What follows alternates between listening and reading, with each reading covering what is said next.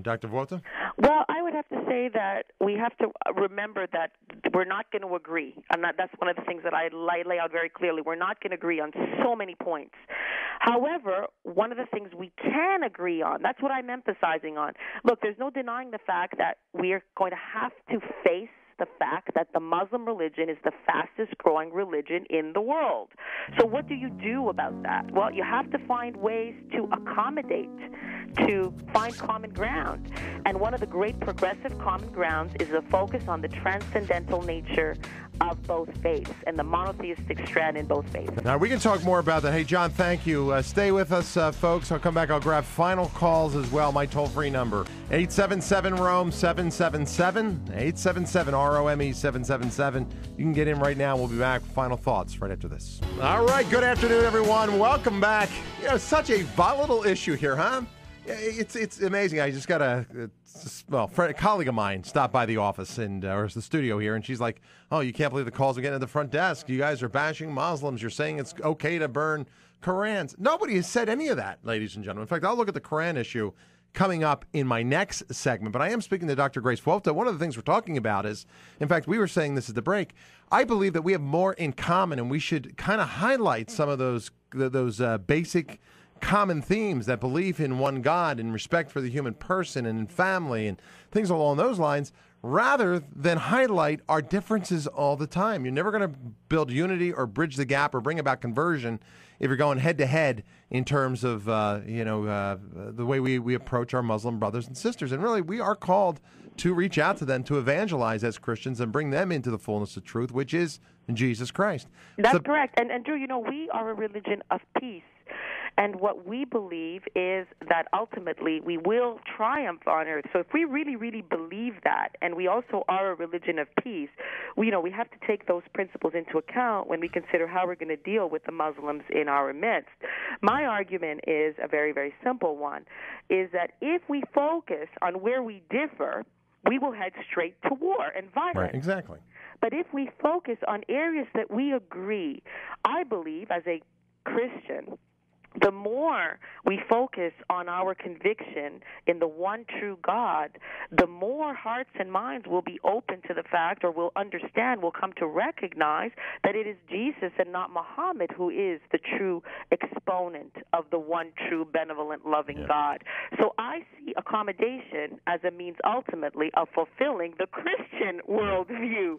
I mean, it's sort of a clever strategy. This is never spoken about, Doctor, though. I mean, a lot of people, it's always about the controversy. It's always about and believe me, if you go through the Quran, there's stuff in there that I can highlight verse after verse that's quite terrifying, and there are some major concerns with the ideology. I want to be clear on that. But again, we should highlight some of the things that we do have together if we want to be a religion of peace and bring about unity. Let me go back to the phones. We'll take some calls. Chris is joining us from Chicago, and Chris, it's good to have you. I guess you think Grace is liberal. Oh, well, you know what? I just wanted to, first of all say that I agree with a lot of things the doctor's saying. I've worked in Dearborn, Michigan. I grew up with Muslim doctor offices. They're fairly good people. They're very charming, very nice. And, of course, not all Muslims, are terrorists. Mm-hmm. We do have a lot of common ground with most Muslims. I mean, they're good people. They want to raise their families and be at peace. But I think where you miss the boat is that, the extremists as a whole have this agenda that, this is their end of the days. They got to be seen, conquering space for their God or for their Messiah. And it's just hard to say that we can change this viewpoint by being nice to people and outreaching to them when their core belief is just so extreme. Well, you make excellent points, and I want to emphasize that I'm a hawk in foreign policy. I mean, I've been out there defending Bush's Iraq war, and I'm defending the war in Afghanistan. I'm really hawkish, and I understand we've got to persecute the extremists with a full American might and power.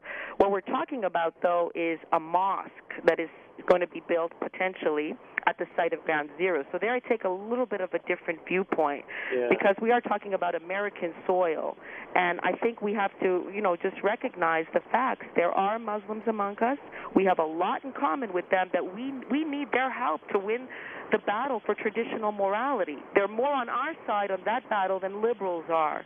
And so what do? I mean, do we get into a situation where we escalate violence here on our own soil, or do we use the Christian way and try to find a peaceful accommodation, focus on the mutual love that we share for the one monotheistic God, and hope that that love will be so strong eventually that it overtakes the ugly side of the Muslim faith that we don't want? Got it. Hey, Chris, thank you very much for your call. I do appreciate it. Father Keith from 93.9 is listening. He says he studied Islam. Father, can you shed some light?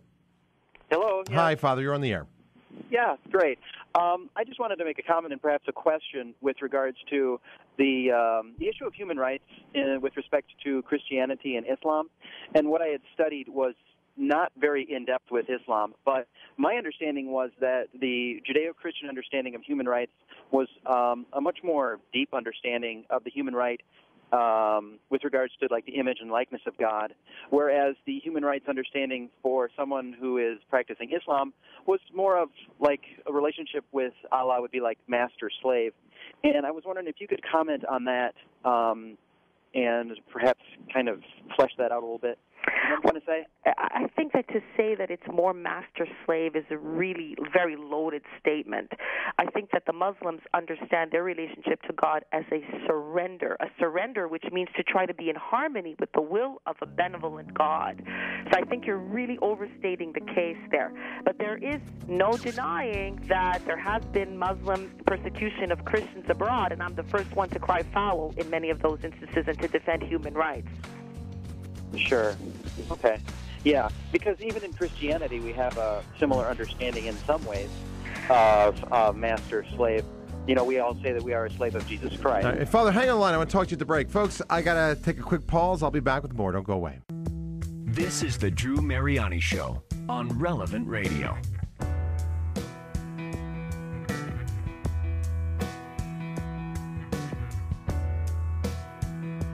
All right, good afternoon, everyone. Hey, great to be with you today. I'll try to get your calls. I know a lot of you have been waiting patiently to get through, and I do appreciate you calling.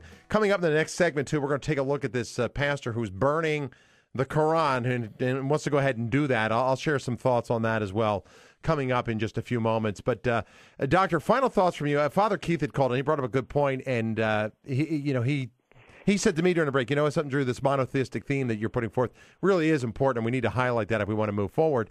But the human rights history of the Islamic community has not been that great. You can look at the stoning of Soraya M. The church has just come out and vocally condemned another stoning. You've got the way they treat their women. There's pluralism within some of these relationships. I mean, there are some fundamental issues, even with the children as well. That parents are ended up killing their kids. I mean, there are some fundamental problems there as well that probably should not be overlooked either. When it comes to human rights, I would think Christianity holds the torch just a little higher. Drew, I really want to emphasize that I'm a conservative. I'm a hawk. I oppose the building of the mosque. I can't make my position more clear. And I believe in the full and total persecution with all of American power against the Islamic extremists like Al-Qaeda. Mm-hmm. However, having said that and having been an advocate for war against the terrorists, we are now talking about what we're going to do with the site of Ground Zero. And I do not want to see violence in this country. And I think that the two sides are becoming more and more polarized. And we should just say, hey, let's just find a common ground. The issue is not so great. We're talking about a building here. We shouldn't be a mosque. Maybe we should turn it into something else. Let's turn it into a monument of the things that we share, the things that we both value, and see this as a stand against liberalism. And this is a mission that we both value. All right, my guest today, Dr. Grace Vuotto. Phones were hopping. They still are. Look, the conversation will continue when we come back. I'm going to shed some insight on, the burning of the Quran. And we'll get you plugged into all the latest news and the issues of the day as well. Don't forget, check out Dr. Grace Vuotto's article. You can go to the Edmund Burke Institute to find that. Your news and headlines are straight ahead. Stay with us. Amen.